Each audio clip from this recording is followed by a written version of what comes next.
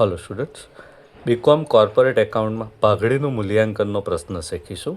આ જે પ્રશ્ન છે એ Gujarat university SY BCom April 2012 university પરીક્ષામાં પૂછાયેલો છે। તો સૌપ્રથમ રકમ આપણે સમજી લઈએ અને ત્યારબાદ દાખલાને સોલ્વ કરીશું। નારદ લિમિટેડનું તારીખ 31/3/2024ના રોજનું પાકું સરવૈયું નીચે મુજબ છે। તો એ તમે સ્ક્રીન ઉપર જોઈ શકો છો। પ્રશ્નમાં પાકું સરવૈયું આપેલું છે। ઇક્વિટી અને દેવા એની અંદર શેર હોલ્ડરના ભંડોળો આપ્યા છે, બિનચાલુ દેવા અને ચાલુ દેવા આપ્યા છે। ત્યારબાદ મિલકતોમાં બિનચાલુ મિલકતો આપી છે, બિનચાલુ મિલકતોમાં કાયમી મિલકતો, રોકાણો છે અને અન્ય બિનચાલુ મિલકતો છે। ચાલુ મિલકતો પણ આપી છે અને નીચે થોડી વધારાની માહિતી તરીકે હવાલાઓ આપ્યા છે, બરાબર। તો હવાલાઓ પણ આપણે સમજી લઈએ। સૌપ્રથમ જુઓ, નંબર 1, જમીન મકાનની બજાર કિંમત ચોપડે કિંમત કરતાં 20% વધુ છે, જ્યારે પ્લાન્ટ યંત્રોની બજાર કિંમત ચોપડે કિંમત કરતાં 20% ઓછી છે। તો ચોપડે કિંમત ઉપર આની અસર આપીને, વધઘટની અસર આપીને આપણે એની બજાર કિંમત શોધીશું। 20% સ્ટોકની બજાર કિંમત ચોપડે કિંમત કરતાં 20% વધુ છે, બરાબર। એટલે સ્ટોક જે છે એ પૈકી 20% સ્ટોક કેટલો એની કિંમત શોધીને એની કિંમત જે છે બજાર કિંમત ચોપડે કિંમત કરતાં 20% વધુ છે એમ કહ્યું છે। તો એની પણ આપણે ગણતરી કરીને સ્ટોકની બજાર કિંમત શોધી નાખીશું। જોખમ વગરના વળતરનો દર 10% છે, જ્યારે ધંધામાં રહેલ જોખમનું અંદાજી વળતર 5% છે, બરાબર। એટલે અહીંયા બે પ્રકારના વળતરના દર આપ્યા છે। જોખમના વગરનો જે વળતરનો દર છે એ 10% છે અને ધંધામાં રહેલું જોખમ 5% છે, બરાબર। એટલે 10% અને 5% આમ થઈને બંને થઈને અપેક્ષિત વળતરનો દર આપણને 15% જેટલો મળશે, બરાબર।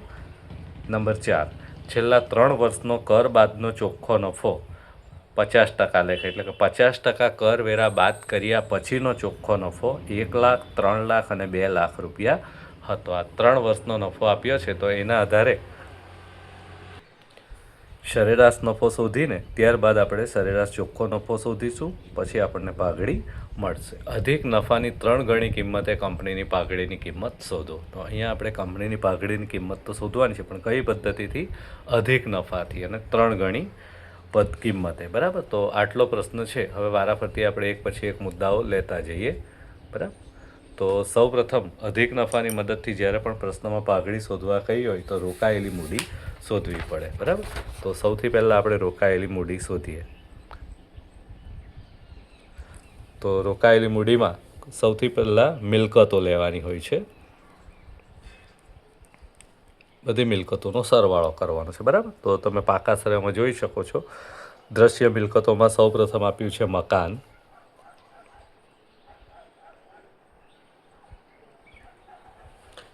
મકાનની ચોપડે કિંમત 5 લાખ રૂપિયા આપી છે, સામે એનું ઘસારા ભંડોળ નથી આપ્યું, બરાબર। જો ઘસારા ભંડોળ આપ્યું હોય તો એ બાદ કરવું પડે, નથી આપ્યું, એટલે મકાનની ચોપડે કિંમત પ્રશ્નમાં 5 લાખ રૂપિયા આપી છે। હવે એના પર હવાલો આપ્યો છે। હવાલામાં એવું કહ્યું છે, જમીન મકાનની બજાર કિંમત ચોપડે કિંમત કરતાં 20% વધુ છે, એટલે બજાર કિંમત જે છે એ ચોપડે કિંમત કરતાં 20% વધુ છે।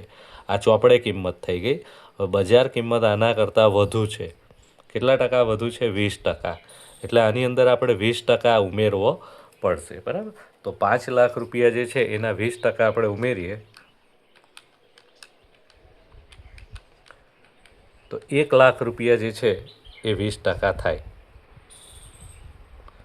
બરાબર। એટલે 1 લાખ રૂપિયા જમીન મકાનમાં વધારો કરવાનો છે। એનો અર્થ કે 5 લાખ વત્તા 1 લાખ એટલે 6 લાખ રૂપિયા જમીન મકાનની બજાર કિંમત મળે છે, બરાબર। તો આ રીતે મકાનની કિંમત મળી। ત્યારબાદ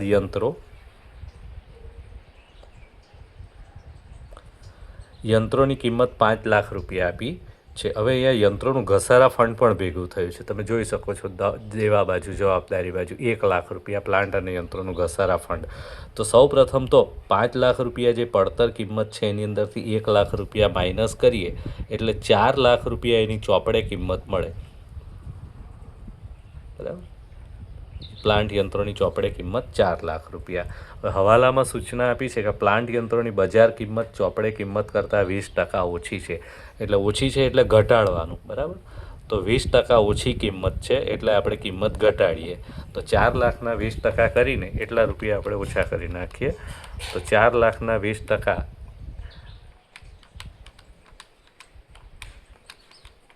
80,000 રૂપિયા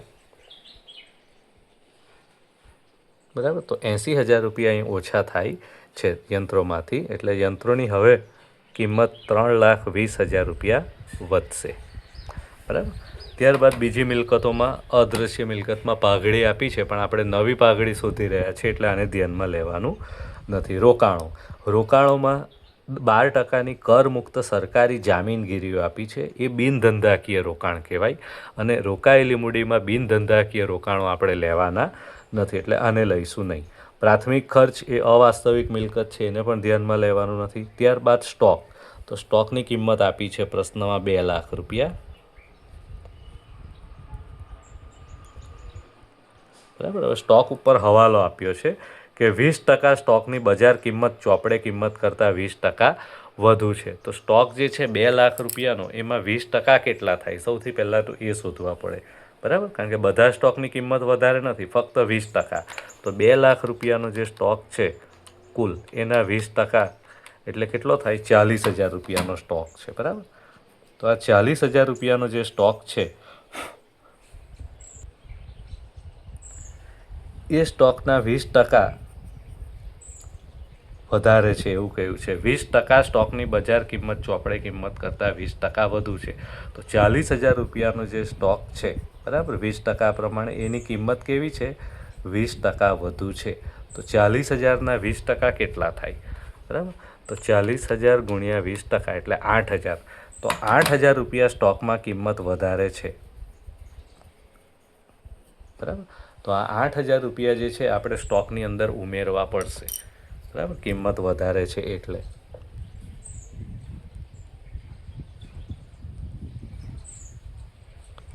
વધુ કિંમત. તો આ રીતે 2 લાખ વત્તા 8,000 એટલે સ્ટોકની વેલ્યુ 2,08,000 રૂપિયા થવા જાય છે. ચાલો. ત્યારબાદ દેવાદારો પર કોઈ હવાલો નથી આપ્યો, એટલે સીધી એની જે કિંમત છે એ જ લખી દઈશું, 1,50,000 રૂપિયા. ચાલો. ત્યારબાદ રોકડ શિલ્લક 1,22,000.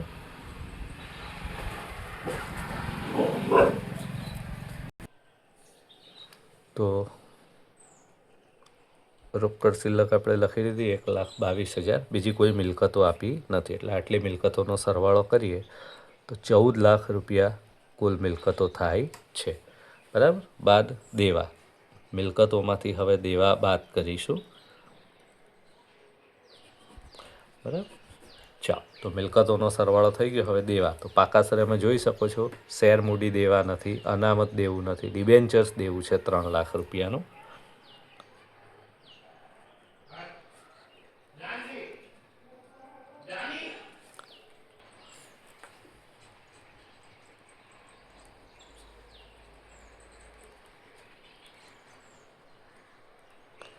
ચાલો. ત્યારબાદ કર્મચારી નફા ભાગ ભંડોળ એ પણ દેવું છે.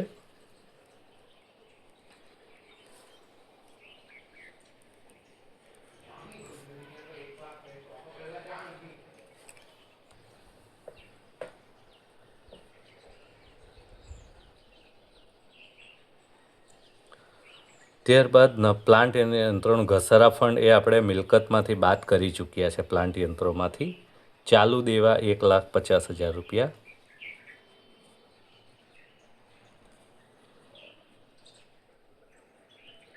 બરાબર. બીજા કોઈ દેવા આપ્યા નથી. તો દેવાનો સરવાળો કરીએ તો 5 લાખ રૂપિયા દેવા થાય છે. બરાબર. હવે મિલકતોનો સરવાળો 14 લાખ, એમાંથી દેવા બાદ કરીએ તો 9 લાખ રૂપિયા વધે છે. બરાબર. ત્યારબાદ પ્રેફરન્સ શેર મૂડી પ્રશ્નમાં આપી હોય તો એ બાદ કરવાની હોય છે.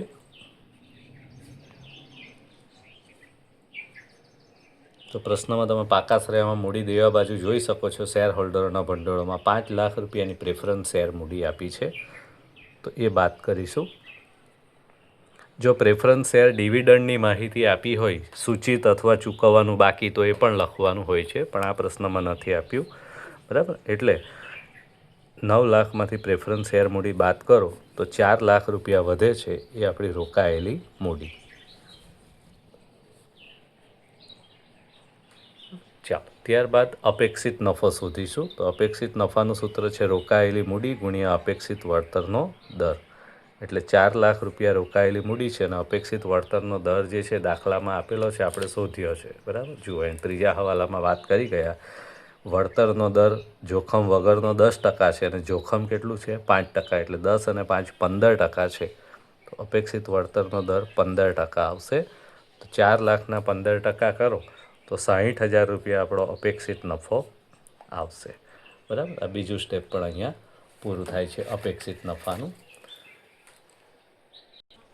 ત્યારબાદ ત્રીજું સ્ટેપ કરીશું સરેરાશ નફો. તો સરેરાશ નફો શોધવા માટે પ્રશ્નમાં જે સૂચના આપી છે, છેલ્લા 3 વર્ષનો કર બાદનો ચોખ્ખો નફો અનુક્રમે 1 લાખ, 3 લાખ અને 2 લાખ રૂપિયા હતો. એટલે નફામાં વધઘટ થાય છે. જુઓ, પહેલા વર્ષે 1 લાખ હતો, પછી નફો વધીને 3 લાખ થયો, પછી ઘટીને 2 લાખ થયો. એટલે સાદી સરેરાશ શોધવી પડશે અને સાદી સરેરાશનું સૂત્ર છે કુલ નફો ભાગ્યા કુલ વર્ષ. એટલે 3 વર્ષના નફાનો સરવાળો કરીશું.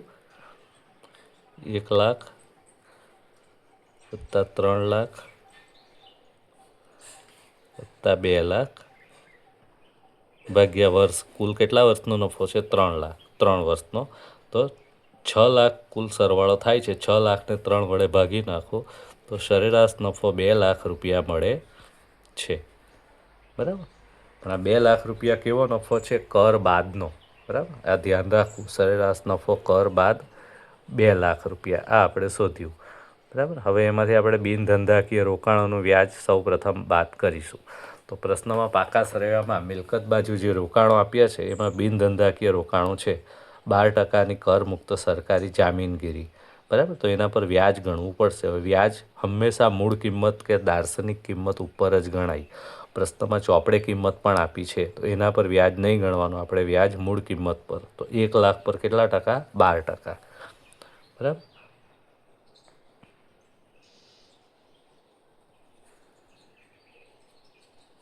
તો 1 લાખના 12% એટલે વ્યાજ કેટલું થશે?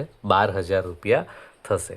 હવે જો આ નફો કરવેરા પહેલાંનો હોત તો સીધું વ્યાજ આપણે 12,000 બાદ કરી નાખતે, પણ નફો કરવેરા પછીનો છે, કર બાદ નફો છે, એટલે વ્યાજમાંથી પણ આપણે કરવેરા બાદ કરીને લખવું પડશે. તો વ્યાજની રકમ 12,000 છે. બરાબર, હવે એના પર કરવેરા કેટલા? તો કરવેરા જે છે દાખલામાં સૂચના આપી છે 50%. બરાબર, તો 50% કરવેરા આપ્યા છે. તો 50% લેખે કરવેરાની રકમ કેટલી થશે? 6,000 રૂપિયા. બરાબર, તો 12,000માંથી 6,000 રૂપિયા બાદ કરો તો કેટલું વ્યાજ બચે છે? 6,000 રૂપિયા. તો 2 લાખ રૂપિયા નફો હતો, એમાંથી 6,000 રૂપિયા વ્યાજ બાદ કરી નાખો એટલે 1,94,000 રૂપિયા વધે છે. બરાબર, ત્યારબાદ પ્રેફરન્સ શેરનું ડિવિડન્ડ માઇનસ કરવાનું હોય છે. પાકા સરવાળામાં પ્રેફરન્સ શેર મૂડી આપી હોય અને ટકા આપ્યા હોય છે. તો જુઓ, પ્રેફરન્સ શેર મૂડીની રકમ 5 લાખ રૂપિયા છે અને કેટલા ટકાને છે? 10%. તો 5 લાખ રૂપિયા ઉપર 10% પ્રમાણે ડિવિડન્ડ ચૂકવવું પડશે. તો 5 લાખના 10% એટલે 50,000 રૂપિયા પ્રેફરન્સ શેરનું ડિવિડન્ડ થશે. એ બાદ કરીએ એટલે સરેરાશ નફો મળશે 1,44,000. બરાબર, તો આ ત્રીજું સ્ટેપ અહીંયા આપણું પૂર્ણ થયું. ચોથું સ્ટેપ, અહીંયા આપણે અધિક નફો શોધીશું. સૂત્ર છે સરેરાશ નફો માઇનસ અપેક્ષિત નફો. તો સરેરાશ નફો આપણે હમણાં જ શોધ્યો 1,44,000. બરાબર, અને અપેક્ષિત નફો આપણે સ્ટેપ 2માં શોધી ગયા છે. એ તમે જોઈ શકો છો. સ્ટેપ 2માં 60,000 રૂપિયા આપણે અપેક્ષિત નફો શોધ્યો હતો. બરાબર, તો 1,44,000માંથી 60,000 આપણે માઇનસ કરીશું.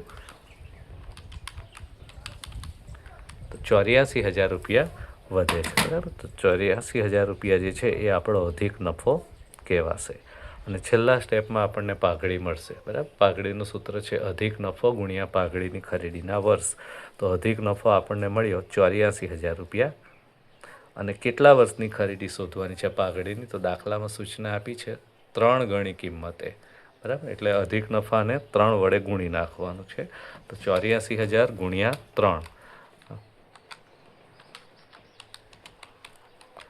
તો 2,52,000 રૂપિયા પાઘડીનો જવાબ આવે છે. બરાબર,